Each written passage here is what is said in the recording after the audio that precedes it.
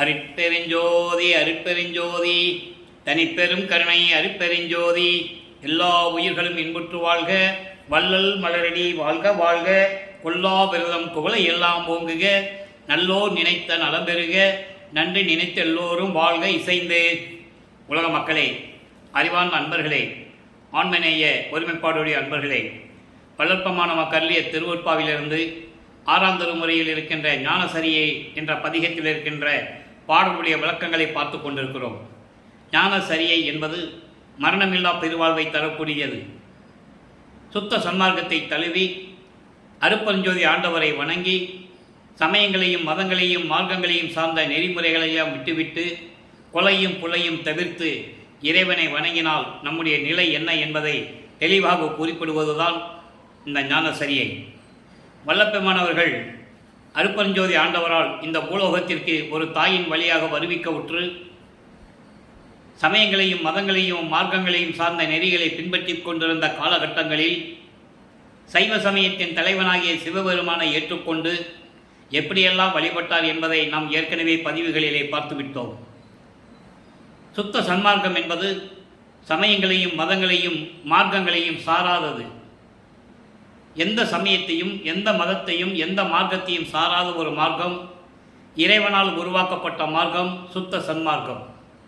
இந்த பிரபஞ்சம் தோன்றிய காலத்திலிருந்தே 4 யுகங்களிலுமே கிரேத யுகம், திரேத யுகம், துவார யுகம், கலியுகம், இந்த 4 யுகங்களிலுமே சமயங்களும் மதங்களும் மார்க்கங்களும் தோன்றி அதை தோற்றுவித்தவர்கள் தங்களுடைய கர்த்தாக்களை தங்களுடைய தலைவர்களை உருவகப்படுத்தி அதற்கு ஏற்றபடி ஆலயங்களை அமைத்து வழிபாட்டு முறைகளை அமைத்து மக்களை வழிபட செய்து விட்டார்கள். இந்த 4 யுகங்களும் முடிந்தவுடனே அந்தந்த யுகங்களில் தோன்றிய சமயங்களும் மதங்களும் மார்க்கங்களும் முடிவடைந்த நிலையில் சதுர்யுகம் தோன்றுகிறது. சதுர்யுகத்திலே சுத்த சன்மார்க்க காலம் விளங்கி கொண்டிருக்கிறது. இந்த யுகத்திலே வாழ்கின்ற மக்கள் ஒரே மார்க்கமாகிய சுத்த சன்மார்க்கத்தை மேற்கொண்டு எல்லோரும் சமரசமாகவும் ஒற்றுமையுடனும் கருத்து வேறுபாடுகள் முரண்பாடுகள் இல்லாமல் இன்புற்று வாழ வேண்டும் என்பதற்காகவே அருட்பெருஞ்சோதி ஆண்டவர் தனது மகனை இந்த பூலோகத்திற்கு வருவிக்க செய்து மகனிடம் சுத்த சன்மார்க்கத்தை கொடுத்து உலக மக்களை எல்லாம் சுத்த சன்மார்க்கத்தில் இணைத்து உலக மக்கள் எல்லாம் இன்புற்று வாழ வேண்டும் என்ற நிலையில் வல்லப்பெருமானவர்கள் 51 ஆண்டுகள் இந்த பூலோகத்திலே இருந்தார்கள்.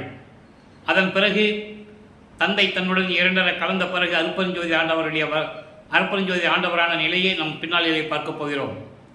வல்லப்பெருமானவர்கள் சென்னையிலே 32 ஆண்டுகள் எப்படி இருந்தார்கள், இறைவனால் எப்படி ஆட்கொள்ளப்பட்டு இறைவனுடைய திருவிளையாடல்கள் எப்படி நடந்தது என்பதை நாம் ஏற்கனவே அருட்பெருஞ்சோதி ஆண்டவரின் திருவிளையாடல் என்ற பதிவிலே நாம் 350 பதிவுகளிலே பார்த்திருக்கிறோம். அதன் பிறகு கருங்கூலிலே இருந்த காலம், தர்மசாலையிலே இருந்த காலம், எப்படியெல்லாம் அந்தந்த காலகட்டங்களில் அருட்பெருஞ்சோதி ஆண்டவர் அதாவது தனது தந்தையான அருட்பெருஞ்சோதி ஆண்டவர் தன் மகனுக்கு எப்படியெல்லாம் அருளை கொடுத்தார் என்பதை நாம் தெளிவாக பார்த்தோம். இப்போ வல்லப்பெருமானவர்கள் மேட்டுக்குப்பத்திலே உறைவிடமாக கொண்டுள்ளார்கள். அங்கேதான் ஞானசரியை உருவானது. அங்கிருந்துதான் நம்ம சத்தியஞான சபையை எப்படி நிறுவினார் என்பதை பார்த்தோம். அதன் பிறகு ஞானசரியை அங்குதான் உருவானது. தான் வழிபட்டு கொண்டிருந்த தீபத்தை வெளியே எடுத்து வைத்து உலக மக்களே இந்த தீபத்திலே இறைவன் இருக்கிறான் என்று மனதில் நினைத்து நீங்கள் ஆராதனை செய்து கொண்டு 28 பாடல்களை நீங்கள் இறைவனிடம் படித்து இறைவனுடைய அருளை பெற்றுக்கொள்ள வேண்டும் என்ற நிலையில் அவர் தீபத்தை எடுத்து வெளியே வைக்கும்போது இந்த ஞானசரியை உருவானது. அந்த ஞானசரியிலிருந்து தான் பாடலை பார்த்து கொண்டிருக்கிறோம். அதன் பிறகு அகவல் எழுதியது, சுத்த சன்மார்க்க கொடி கட்டியது, பேருபதேசம் பண்ணியது. அதன் பிறகு தனது தந்தை அருட்பெருஞ்சோதி ஆண்டவர் மகனோடு 2 கலந்து இறைவனானது என்ற நிலையை நாம் பின்னாளில் பார்க்க போகிறோம்.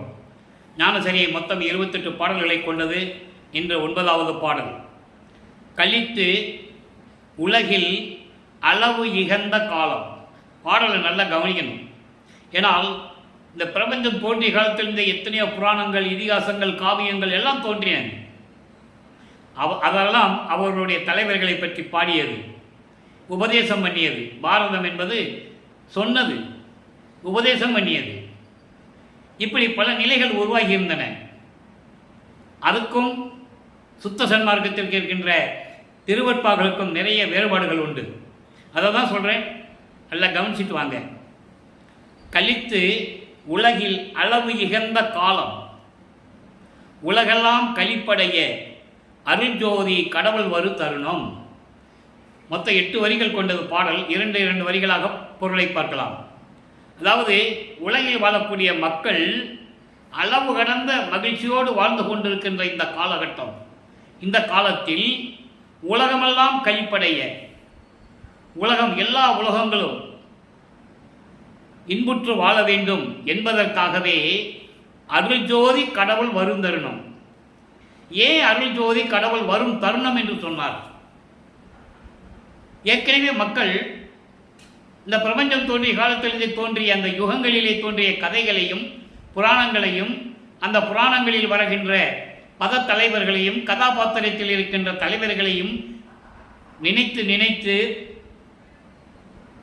அதாவது அவர்கள் எப்படிப்பட்டவர்கள் என்ற நிலையில் தலைமுறை தலைமுறையாக வழி வழியாக மக்கள் மனதில் ஊறிவிட்டது.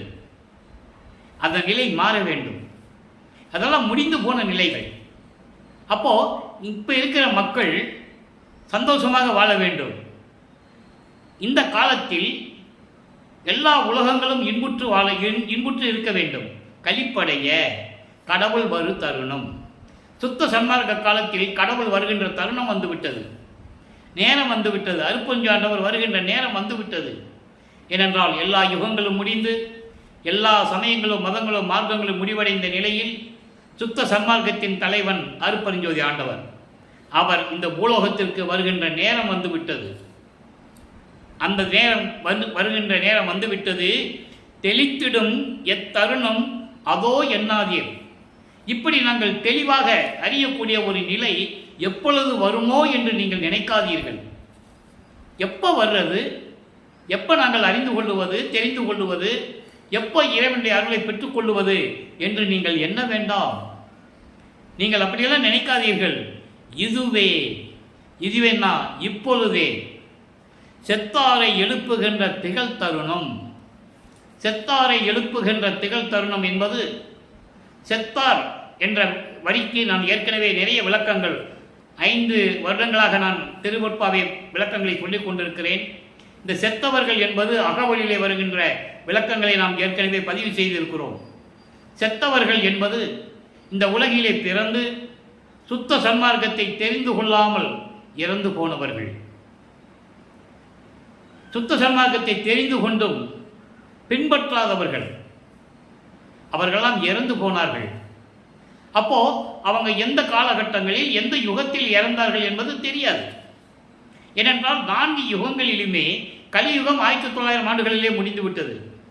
4 யுகங்களிலுமே இறந்தவர்கள், செத்தவர்கள் என்பது சுத்த சன்மார்க்கத்தை பற்றி தெரியாதவர்கள்.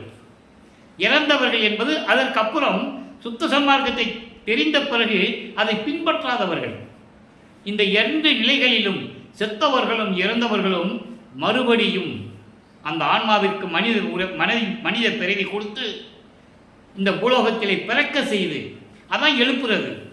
செத்தாரை எழுப்புகிறது என்பது செத்தவர்களுடைய பிணங்களை எழுப்புவது அல்ல என்பதை நீங்கள் புரிந்து கொள்ள வேண்டும். உலகத்தில் இறந்தவர்களெல்லாம் எழுந்துட்டா திருப்பி அவங்க எப்போ இறக்கிறது இல்லையா? அதனால செத்தவர்கள் என்பது சுத்த சன்மார்க்கத்தை பற்றி தெரியாதவர்கள், சுத்த சன்மார்க்கத்தை பற்றி தெரிந்தும் பின்பற்றாதவர்கள், அவர்கள் இறந்தவர்கள்.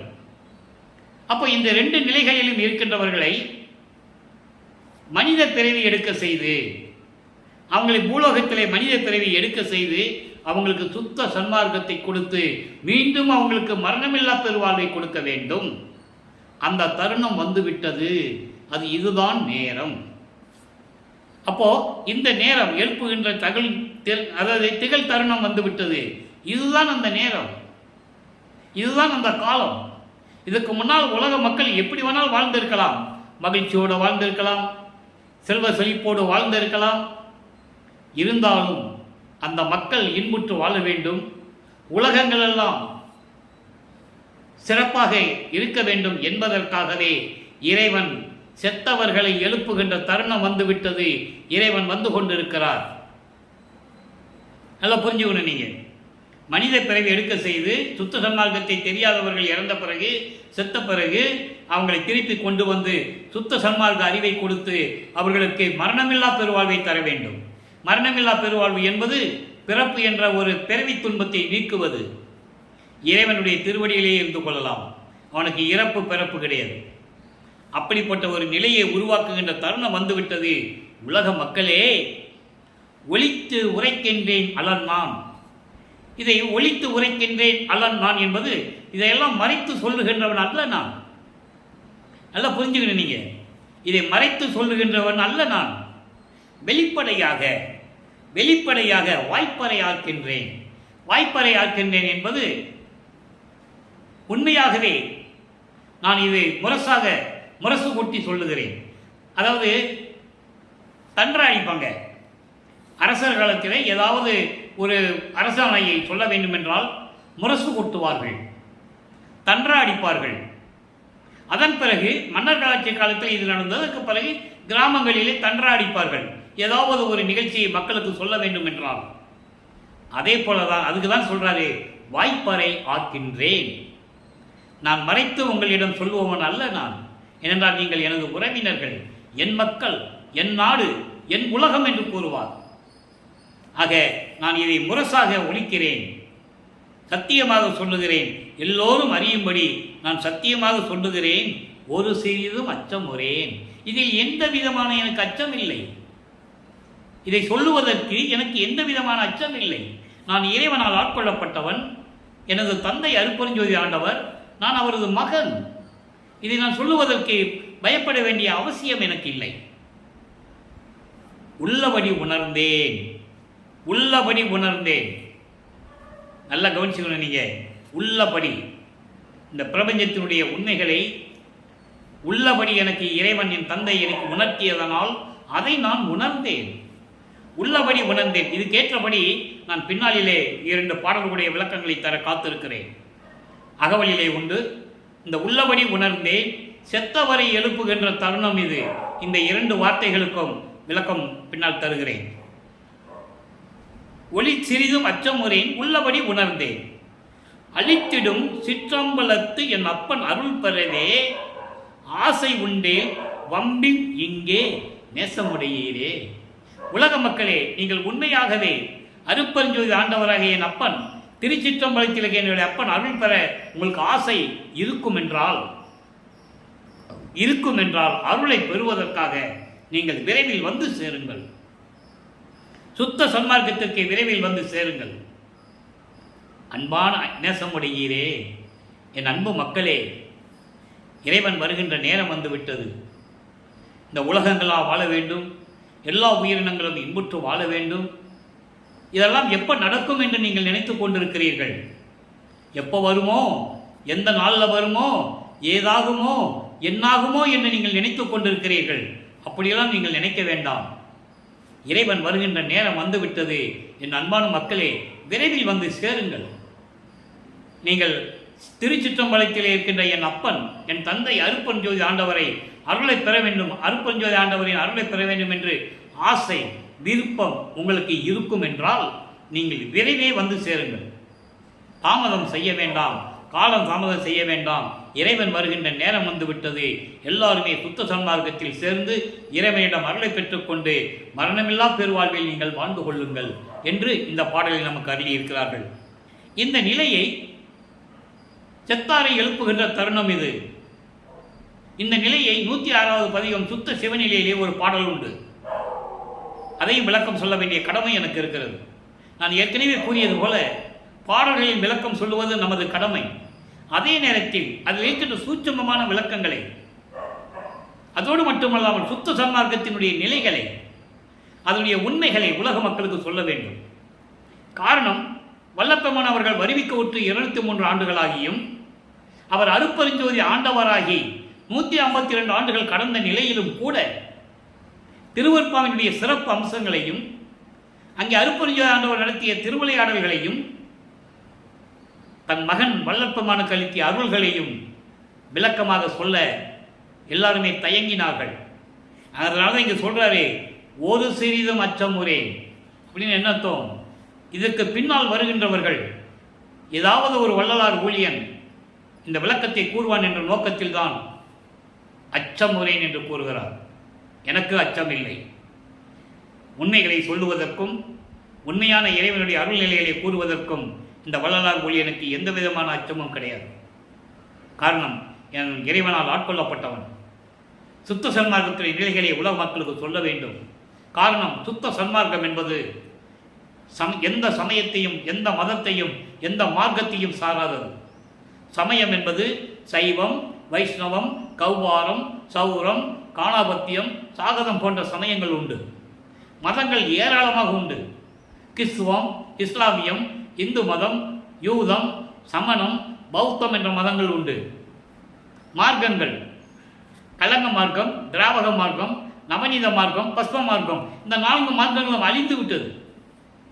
கலியுகம் முடிந்தவுடனே அழிந்து விட்டது. அதன் பிறகான தாச மார்க்கம், சர்முத்திர மார்க்கம், சகமார்க்கம், சமய மார்க்கம், இது சமய குறவர்களை சார்ந்தது. இதெல்லாம் ஒட்டு மொத்தமாக எல்லாவற்றையும் சாராத ஒரு மார்க்கம் சமரச சுத்த சன்மார்க்கம். இறைவனால் உருவாக்கப்பட்டது. எல்லா மதத்தினரும் எல்லா சமயத்திற்கும் எல்லாற்றுக்கும் பொதுவான ஒரு மார்க்கம், சமரசமாக வாழக்கூடிய மார்க்கம். இருந்தாலும் கூட நெறிமுறைகள் உண்டு. எந்த விதமான அங்க அடையாளங்கள், குறியீடுகள் கிடையாது. காரணம், உதாரணத்திற்காக கிறிஸ்துவ பெருமக்கள் தங்கள் மதத்தை கட்டுவதற்கு சிலுவை அணிவது, சர்ச்சுகளிலே வழிபடுவது இயற்கையாகவே நடந்து கொண்டிருக்கிறது. இஸ்லாமிய பெருமக்களுடைய வழிபாட்டு முறைகள் இயற்கையாக நடந்து கொண்டிருக்கிறது. அதேபோல் இந்து மதத்தை சேர்ந்தவர்களுக்கும் பல வழிபாட்டு முறைகள், அதான் சொன்னேன், பல சமயங்கள் நடந்து கொண்டிருக்கிறது. ஆனால் சுத்த சன்மார்க்கத்தில் எந்த முரண்பாடுகளும் கிடையாது. ஒரே இறைவன், ஒரே வழிபாடு, தீப வழிபாடு. கொலையும் கொலையும் தவிர்த்திருக்க வேண்டும். ஒரு உயிரை கொண்டு அந்த உடம்பை, அந்த நாறுகின்ற உடம்பை தன் உடம்பாக்காக எடுத்துக்கொள்ளக்கூடாது, உணவாக எடுத்துக்கொள்ளக்கூடாது. ஜோதி வடிவில் இருக்கின்றார் இறைவன். உருவ வழிபாடு தேவையில்லை, அபிஷேகம் தேவையில்லை, ஆராதனை தேவையில்லை, எடை புரோக்கர்கள் தேவையில்லை, செலவுகள் தேவையில்லை, தேங்காய் பழம் ஊதுபத்தி வாங்க வேண்டிய அவசியம் இல்லை. நேராக வர வேண்டியது அருப்பெருஞ்சோதி அருப்பெருஞ்சோதி தனிப்பெருங்கருணை அருப்பெருஞ்சோதி மகாமந்திரத்தை கூற வேண்டியது, ஜோதியை பார்த்து வழிபட வேண்டியது, உங்களுடைய குறைகளை தந்தையிடம் கூற வேண்டியது. இதுதான் நமது கடமை. இறைவன் எல்லாரையும் கொடுப்பார் என்பது சத்தியம் சத்தியம் சத்தியம். வல்லப்பமானி கூறியிருக்கிறார். உங்கள் தாய், தந்தை, உறவினர்கள், ஆப்தர்களால் செய்யப்பட்ட உதவி எவ்வளவோ அதைவிட கோடான கோடி பங்கு கிடைக்கக்கூடிய இடம் சித்தி வளாகம். அந்த சித்தி வளாகத்தில் உருவான ஞானசரியை பற்றி தான் நாம் விளக்கங்களை பார்த்து கொண்டிருக்கிறோம். ஆக இந்த சுத்த சிவஞானிலே சொல்றார் பாருங்க, செத்தாரை எழுப்பும் திரும்ப எழுப்புதல் இங்கு எத்தால் முடியுமெனில். எப்படி செத்தவர்களை எழுப்புவது, எப்படி முடியும் என்று சொன்னால், நம்மவரே சித்தா மறுப்பெருஞ்சோதி அதனால் முடியும். தெருள் பெரும் சத்தியம் இதே. என்ன சொல்றாருன்னா, அதாவது சுத்த சன்மார்க்க அறிவு பெறாதவர்கள், சுத்த சன்மார்க்கத்தை தெரிந்தும் அதை பின்பற்றாதவர்கள் இறந்து விட்டால் அவர்களை எழுப்ப வேண்டும். ஏனென்றால் இனிமேல் இந்த சுத்த சன்மார்க்க காலத்தில், இந்த சதுர்யுகத்தில், இந்த ஒளி யுகத்தில் சுத்த சன்மார்க்கம் தெரியாதவர்கள் யாருமே இருக்கக்கூடாது.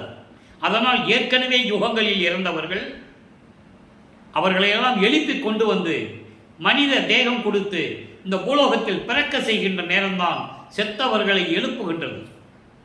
அப்படி அவர்களை எழுப்பி சுத்த சன்மார்க்க அறிவை கொடுக்க வேண்டும். அவர்களுக்கு மரணமில்லா பெருவாழ்வை கொடுக்க வேண்டும்.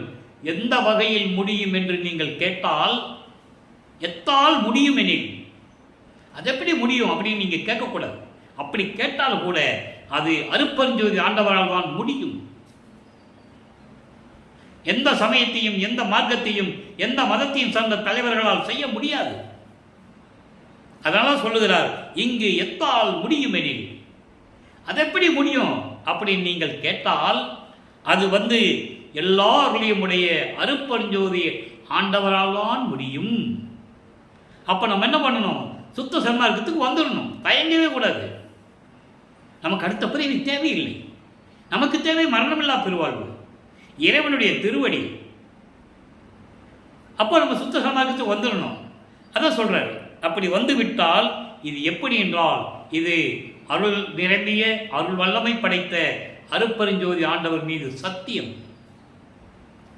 செய்கிறார் வல்லற்பெருமானவர்கள்.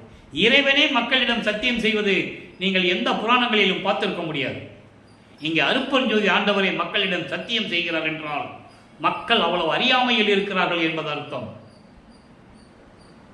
சமத்துவமாக இருக்க வேண்டும், சாதி சமயங்கள் எல்லாம் இருக்கக்கூடாது, எல்லாரும் ஒற்றுமையாக வாழ வேண்டும், சமூக நீதியோடு வாழ வேண்டும் என்ற நீதியில்தான் இந்த சுத்த சன்மார்க்கத்தை மக்களுக்கு அருளினார்கள் நமது அருட்பெருஞ்சோதி ஆண்டவரும் வல்லற்பெருமானவர்களும். தந்தையும் மகனும் சேர்ந்து உலக மக்கள் இப்படியெல்லாம் துன்பப்படுகிறார்களே, இவர்களுக்கு மேன்மையான ஒரு நிலையை கொடுக்க வேண்டுமே, இவர்களை எல்லாம் மரணமில்லா பெருவாழ்வில் வாழ வைக்க வேண்டுமே என்ற நிலையில் தான் அருட்பெருஞ்சாண்டவர் தன் மகனை இந்த பூலோகத்திற்கு ஒரு தாயின் வழியாக வருவிக்க செய்தார் என்பதை நாம் ஏற்கனவே விளக்கங்களிலே பார்த்திருக்கிறோம்.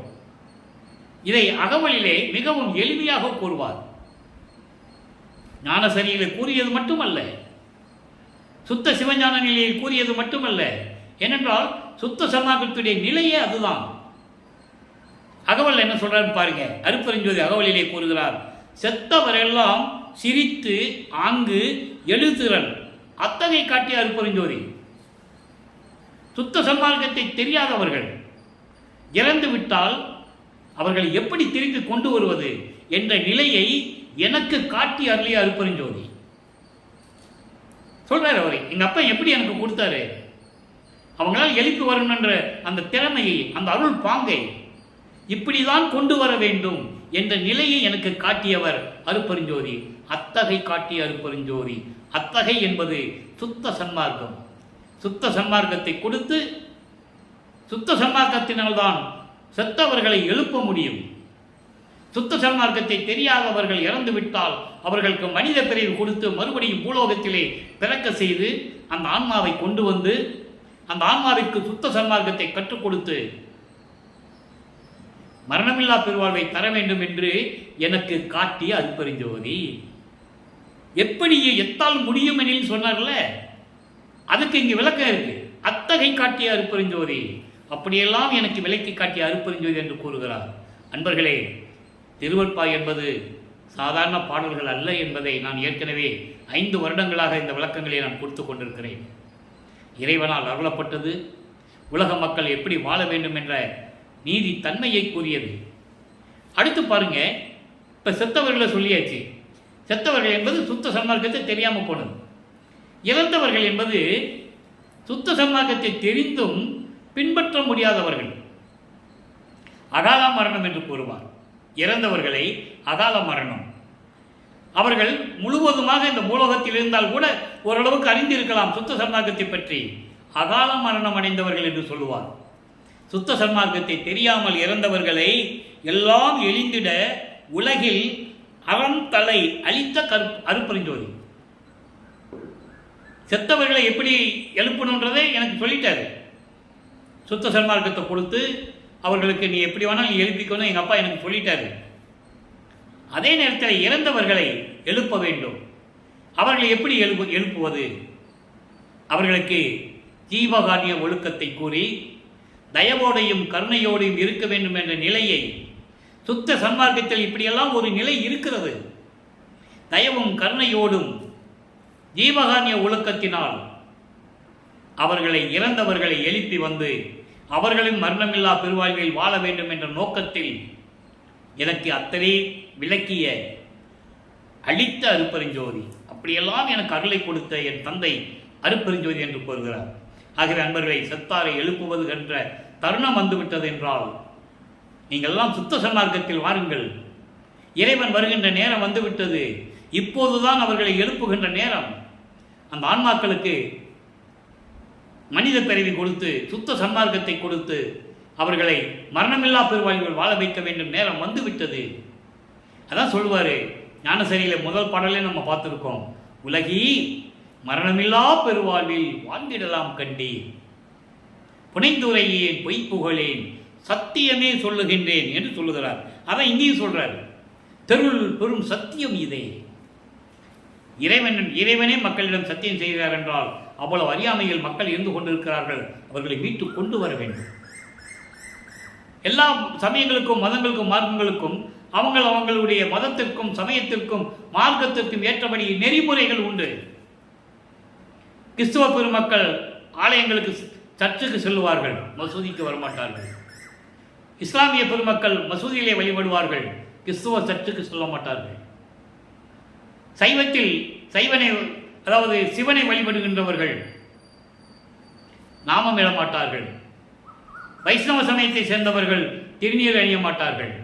இப்படி ஒவ்வொரு சமயங்களுக்கும் மதங்களுக்கும் மார்க்கங்களுக்கும் அவர்களுக்கு நெறிமுறைகளுக்கு ஏற்றபடி வழிவகுத்திருக்கிறார்கள். அதை பின்பற்றி கொண்டிருக்கிறார்கள். அது அவங்களுடைய சுதந்திரம். வல்லப்பமணி கூறுவார், அது அவர்களுடைய தனிப்பட்ட சுதந்திரம், வற்புறுத்த முடியாது. அதே நேரத்தில் நீங்கள் சுத்த சன்மார்க்க நிலையை உலக மக்களுக்கு சொல்ல வேண்டும் என்று கூறியிருக்கிறார். அவர் சுத்த சன்மார்க்கத்தை தழுவுவதும் வராமல் இருப்பதும் அவங்களுடைய விருப்பம். அதான் உத்தரஞான சிதம்பரம் மாலையில் சொல்லுவார், ஒத்தாரையும் இழிந்தாரையும் நேர்கண்டு உவக்க ஒத்தாரை வாழ்விப்பது உத்தரஞான சிதம்பரமே. இங்க எல்லாரும் வந்துடுவாங்க. அப்பா மகன்கிட்ட சொல்றாராம். அருப்பஞ்சாண்டவர் தன் மகனிடம் வல்லப்பமானிடம் கூறுகிறார், மகனே இங்க எல்லாம் வருவாங்க, நீ தான் கண்காணிக்கணும். ஒத்தார் யாரு, சுத்த சன்மார்க்கத்தை சேர்ந்தவர்கள் யார் என்பதை நீ தான் கண்காணிக்கணும். இழிந்தார் மற்ற மதங்களையும் சமயங்களையும் மார்க்கங்களையும் சார்ந்தவர்கள், அவர்களை நீங்க ஒதுக்கி நான் பார்த்துக்கிறேன். சுத்த சன்மார்க்கத்தை சேர்ந்தவர்களுக்கு நீ அருளை கொடுத்து விடு, அது என்னுடைய கட்டளை என்று கூறுவார். ஒத்தாரையும் இழிந்தாரையும் நேர்கண்டு உவக்க ஒத்தாரை வாழ்விப்பது உத்தரஞான சிதம்பரமே. மற்றவங்களுக்கு பரிகாரம் உண்டு. சுத்த சன்மார்க்கத்தை சேர்ந்தவர்கள் சத்தியஞான சபைக்கு வந்தால் அவர்களுக்கு இறைவனுடைய அருள் உண்டு. சித்தி வளாகம் சென்றாலும் சரி, அவங்களுக்கு நேரடியாக இறைவனுடைய அருள் கிடைக்கும். இதை விளக்குவதற்காகத்தான் புற இனத்தார் அக இனத்தார் என்று கூறினார் வல்லற்பமானவர்கள். அவர்கள் படித்த அவர்கள் இறைவன் அருப்பஞ்சாண்டவரும் வல்லற்பமான் தான் 5 தொழில்களை செய்து கொண்டு பிரபஞ்சத்தை இயக்கி கொண்டிருக்கிறார். அது ஒவ்வொரு பாடலிலும் நம்ம ஏற்கனவே பார்த்திருக்கிறோம். அப்போ படித்தவரே ஏன் அகவினத்தான் புற இனத்தான் சொல்றாரு? நல்லா நீங்க சிந்திக்கணும். அவர் தான் படைத்தார், பிறகு ஏன் அவர் அக இனத்தார் புற இனத்தார் சொல்றாரு? அங்கதான் சுத்த சன்மார்க்கத்துடைய நெறிகளை பின்பற்ற கூறுகிறார். சுத்த சன்மார்க்க நெறிகளை பின்பற்றினால் அவர் நம்ம உறவினர்கள் அக இனத்தார், கொலையும் கொலையும் செய்கின்றவர்கள் புற இனத்தார்னு சொல்றார். சமயங்களையும் மதங்களையும் மார்க்கங்களையும் பின்பற்றி கொண்டு சுத்த சன்மார்க்க நெறிகளை பின்பற்றாமல் கொலையும் கொலையும் தவிர்க்காமல் ஜீவகானிய ஒழுக்கத்தில் இல்லாமல் தயவும் கருணையோடு உயிர் இறக்கம் இல்லாதவர்கள் புற இனத்தார்னு சொல்றார். இறைவன் படைத்த இறைவனை கூறுகிறார் என்றால் நீங்கள் சிந்திக்க வேண்டும். அவங்களுக்கு பரிகாரம் தான் உண்டு. இறைவன் கைவிட மாட்டான். பரிகாரம் உண்டு. காலப்போக்கில் அவர்களை உணர்த்தி அவர்களை தன் பக்கம் இழுத்து சுத்த சன்மார்க்க அறிவை அவங்களுக்கு கொடுத்து சுத்த சன்மார்க்கத்தில் சேரும்படி ஒரு நிகழ்வை அவர் ஏற்படுத்துவார், திருவிளையாடல் செய்வார். எனவே உலக மக்களே, நீங்கள்லாம் சுத்த சன்மார்க்கத்தில் இணைந்து தினமும் ஒரு பாடலுடைய விளக்கத்தை பார்த்து கொண்டிருக்கிறோம். தினமும் தயவு செய்து பாருங்கள். வேறு எந்த காரணத்திற்காகவும் நாம் திருவருட்பாண்டிய விளக்கங்களை யூடியூப்பில் போடுறதில்லை. உலக மக்களுக்கு தெரியப்படுத்த வேண்டும். 6 திருமறைகளுடைய விளக்கங்கள் உலக மக்களுக்கு செல்ல வேண்டும் என்ற காரணத்தில் தான் இந்த நிகழ்வுகளை நாம் பார்த்து கொண்டிருக்கிறோம். எனவே எல்லாரும் சுத்த சன்மார்க்கத்தில் இணைந்து அருப்பெருஞ்சோதி அருப்பெருஞ்சோதி தனிப்பெருங்கருணை அருப்பெருஞ்சோதி என்ற மகாமந்திரத்தை சொல்லி தீப வழிபாடு செய்து கொலையும் குலையும் தவிர்த்து உயிர் இரக்கத்தோடும் ஜீவகானிய ஒழுக்கத்திலும் இருந்து கொண்டு இறைவனை வணங்கி இறைவனுடைய அருளையும் செல்வங்களையெல்லாம் பெற்று நீங்கள் வையகத்தில் வாழ்வாங்கு வாழ வேண்டும், நோயற்ற வாழ்வில் வாழ வேண்டும், மரணமில்லா பெருவாழ்வில் வாழ வேண்டும் என்று இறைவனுடைய தயவோடையும் கருணையோடையும் இறைவன் அருளை பெற்றவன் என்ற முறையில் இந்த வள்ளலார் ஊழியன் விடைபெறுகிறேன். மீண்டும் நாளை சந்திப்போம். நன்றி, வணக்கம். அருட்பெருஞ்சோதி அருட்பெருஞ்சோதி தனிப்பெரும் கருணை அருட்பெருஞ்சோதி. நாளையும் விளக்கங்கள் கிடைக்கும். பார்த்து மகிழ்ந்து இறைவன் அருளை பெற்றுக்கொள்ளுங்கள்.